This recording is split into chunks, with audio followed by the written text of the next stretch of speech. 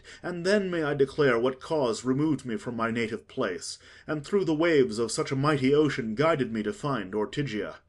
Through the porous earth by deepest caverns I uplift my head and see unwonted stars. Now it befell, as I was gliding far beneath the world, where flow dark Stygian streams, I saw thy Proserpine.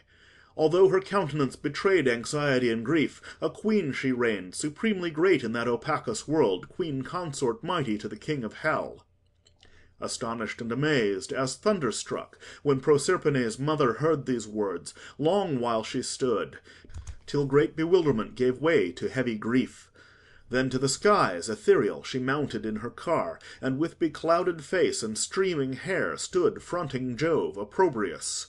I have come, O Jupiter, a suppliant to thee, both for my own offspring as well as thine. If thy hard heart deny a mother grace, yet haply as a father thou canst feel some pity for thy daughter, and I pray thy care for her may not be valued less because my groaning travail brought her forth. My long-sought daughter has at last been found, if one can call it found, when certain loss more certain has been proved, or so may deem the knowledge of her state. But I may bear his rude ways, if again he bring her back. Thy worthy child should not be forced to wed a bandit chief, nor should my daughter's charms reward his crime. She spoke, and Jupiter took up the word. This daughter is a care, a sacred pledge to me as well as thee. But if it please us to acknowledge truth, this is a deed of love, and injures not. And if, O goddess, thou wilt not oppose, such law, son, cannot compass our disgrace. For though all else were wanting, naught can need Jove's brother, who in fortune yields to none save me.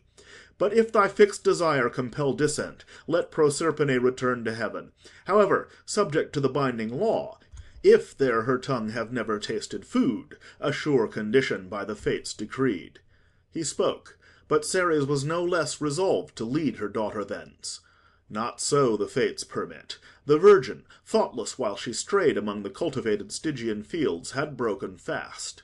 While there she plucked the fruit by bending a pomegranate tree, and plucked and chewed 7 grains picked from the pallid rind, and none had seen except Ascalaphus, him Orphne, famed of all Avernian nymphs, had brought to birth in some infernal cave days long ago from Acheron's embrace. He saw it, and with cruel lips debarred young Proserpine's return.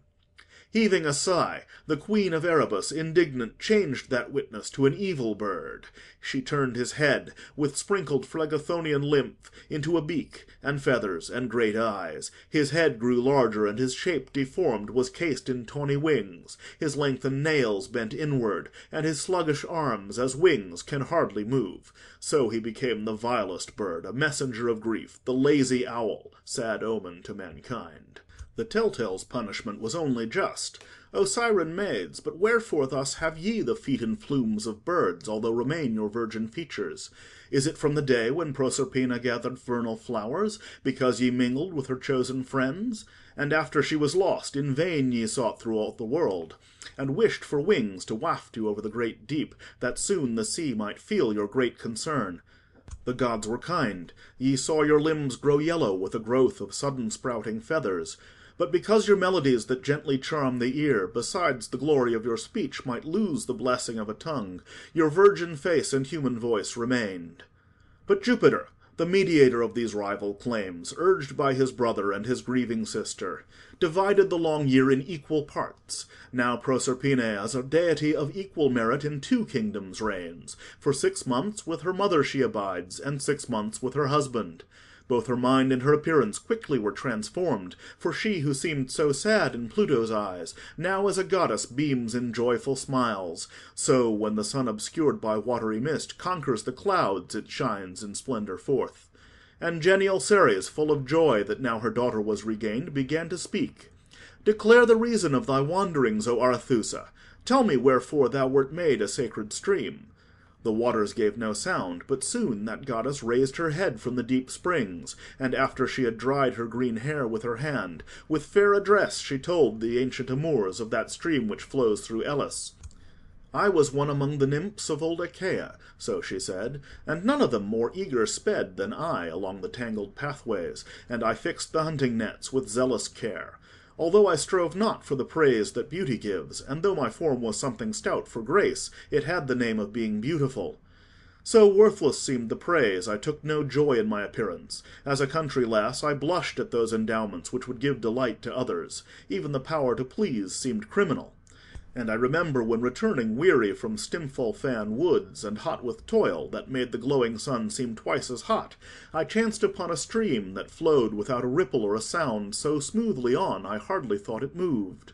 The water was so clear that one could see and count the pebbles in the deepest parts, and silver willows and tall poplar trees, nourished by flowing waters, spread their shade over the shelving banks. So I approached, and shrinkingly touched the cool stream with my feet, and then I ventured deeper to my knees, and, not contented, doffed my fleecy robes and laid them on a bending willow tree.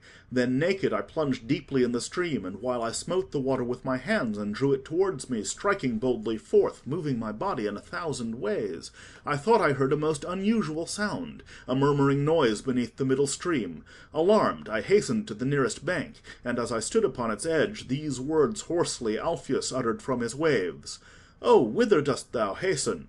And again, "Oh, whither dost thou hasten?" said the voice. Just as I was, I fled, without my clothes, for I had left them on the other bank, which, when he saw, so much the more inflamed, more swiftly he pursued. My nakedness was tempting to his gaze.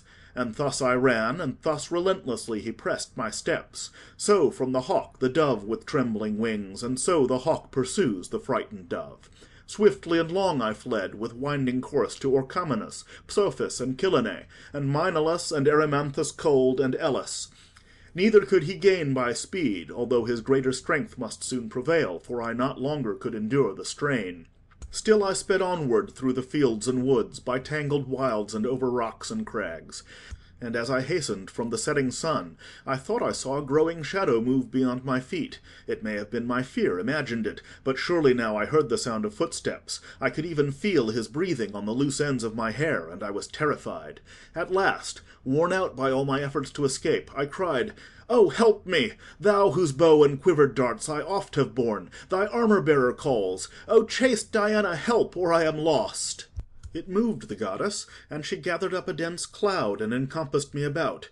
The baffled river circled round and round, seeking to find me hidden in that cloud.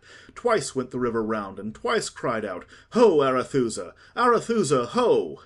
What were my wretched feelings then? Could I be braver than the lamb that hears the wolves howling around the high-protecting fold, or than the hare which, lurking in the bush, knows of the snarling hounds and dares not move? And yet Alpheus thence would not depart, for he could find no footprints of my flight. He watched the cloud and spot, and thus besieged a cold sweat gathered on my trembling limbs. The clear blue drops, distilled from every pore, made pools of water where I moved my feet, and dripping moisture trickled from my hair. Much quicker than my story could be told, my body was dissolved to flowing streams. But still the river recognized the waves, and for the love of me transformed his shape from human features to his proper streams, that so his waters might encompass mine. Diana therefore opened up the ground, in which I plunged, and thence through gloomy caves was carried to Ortygia, blessed isle, to which my chosen goddess gave her name, where first I rose amid the upper air. Thus Arethusa made an end of speech, and presently the fertile goddess yoked 2 dragons to her chariot. She curbed their mouths with bits. They bore her through the air in her light car betwixt earth and sky, to the Tritonian citadel and to Triptolemus, to whom she furnished seed, that he might scatter it in wasted lands and in the fallow fields, which after long neglect again were given to the plough. After he had travelled through uncharted skies, over wide Europe and vast Asian lands, he lit upon the coast of Scythia, where a king called Lyncus reigned. And there at once he sought the palace of that king, who said, "Whence come you, stranger? Wherefore in this land? Come, tell to me your nation and your name." And after he was questioned thus, he said, "I came from far-famed Athens, and they call my name Triptolemus. I neither came by ship through waves, nor over the dry land. For me the yielding atmosphere makes way. I bear the gifts of Ceres to your land, which, scattered over your wide realm, may yield an ample harvest of nutritious food." The envious Lyncus, wishing to appear the gracious author of all benefits, received the unsuspecting youth with smiles, but when he fell into a heavy sleep, that savage king attacked him with a sword. but while attempting to transfix his guest, the goddess Ceres changed him to a lynx, and once again she sent her favoured youth to drive her sacred dragons through the clouds. The greatest of our